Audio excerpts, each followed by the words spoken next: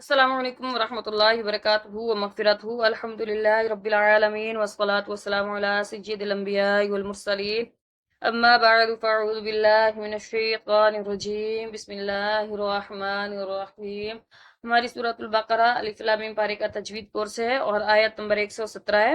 اس میں ہم پہلے سارے قواعد سمجھیں گے جو ہم نے مدنی قاعدہ کورس میں سمجھے تھے، پھر اسی کے مطابق آخر میں تجوید و قرات کریں گے۔ آئیے دیکھتے ہیں یہاں پہ کون سے قواعد موجود ہیں۔ یہاں پر یا ساکنہ سے پہلے زیر ہے یا مدہ ہے، اور حروف مدہ کو ایک الف کی مقدار کھینچ کر ادا کیا جاتا ہے، اس لیے اس کو ایک الف کی مقدار کھینچ کر ادا کیا جائے گا۔ یہاں دونوں جگہ کھڑی حرکات ہے، اس کو بھی ان دونوں کو بھی ایک الف کی مقدار ہم کھینچ کر ادا کریں گے۔ را ساکن سے پہلے زبر ہے تو را کو پر پڑھا جائے، را ساکن سے پہلے اگر زبر ہو جائے تو را کو پر پڑھا جاتا ہے، اس لیے یہاں پہ ہم را کو پر پڑھیں گے۔ یہاں پہ وقف مطلق کی علامت ہے، وقف مطلق کی علامت جب آتی ہے تو وقف ہم وہاں پہ وقف کریں گے، کیونکہ وقف کرنا چاہیے، وہاں پہ ہم وقف کریں گے۔ سانس بھی توڑ دیں گے، آواز بھی روک دیں گے، کیونکہ وقف کرنے کا مقصد یہ ہوتا ہے کہ سانس بھی ٹوٹ جائے اور آواز بھی رک جائے۔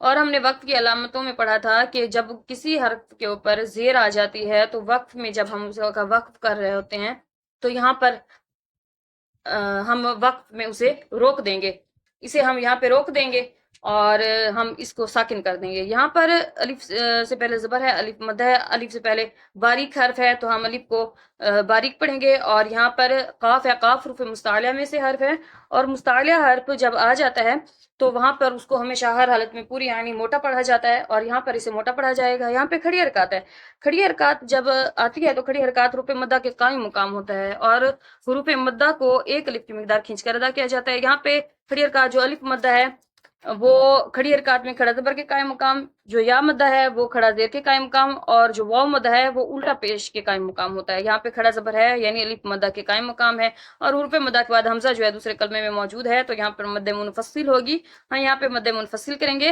اور یہاں پر میم ساکن میم ساکن کے بعد را ہے، را اگر آ جائے میم ساکن کے بعد تو وہاں پر اظہار شفوی ہوگا، یہاں پہ اظہار شفوی ہوگا۔ یہاں پہ تنوین ہے، تنوین کے بعد فا ہے، فا حروف اخفا میں سے ہے، اور یہاں پہ تنوین کے بعد اگر حروف اخفا میں سے کوئی حرف آ جائے تو وہاں پہ اخفا ہوگا، ہم یہاں پہ اخفا کریں گے۔ نون مشدد ہے، نون مشدد میں ہمیشہ غنہ ہوگا، یہاں پہ غنہ کریں گے۔ الف سے پہلے زبر ہے، الف مدہ ہے، اور الف سے پہلے باریک حرف ہے، ہم اس لیے الف کو باریک پڑھیں گے۔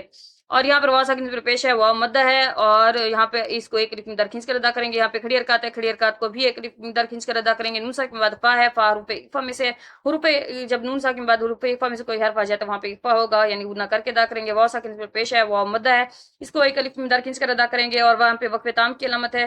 اور یہاں پہ کسی بھی حرف کے اوپر جب پیش ہو وقف کی علامتوں میں، جب ہم وقف کرتے ہیں تو وہ حرف ساکن ہو جاتا ہے، اس لیے یہاں پہ یہ ساکن ہو جائے گا۔ حروف مدہ کے بعد اگر کوئی حرف کسی بھی یعنی کہ وقف کی وجہ سے ساکن ہو جائے تو وہاں پر مد عارض ہوتی ہے، مد عارض کو ایک دو یا تین الف کی مقدار ہم کھینچ کر ادا کرتے ہیں۔ یہاں پہ مد عارض ہو رہی ہے، آئیے اب ہم اس کی تجوید کرتے ہیں۔ اعوذ باللہ من الشیطان الرجیم، بسم اللہ الرحمن الرحیم۔ جیسے میں پڑھاتی جاؤں آپ بھی میرے ساتھ پڑھتے جائیے گا تاکہ آپ لوگوں کی روانی بہترین ہو جائے۔ بدیع السماوات والارض وَإِذَا قَضَى أَمْرًا فَإِنَّمَا يَقُولُ لَهُ كُن فَيَكُونُ۔ صدق اللہ العظیم۔ آج کے لیے اتنا ہی، کل انشاءاللہ تعالی اگلی کلاس لیں گے۔ فی الحال کے لیے آپ مجھے اجازت دیں۔ السلام علیکم ورحمۃ اللہ وبرکاتہ۔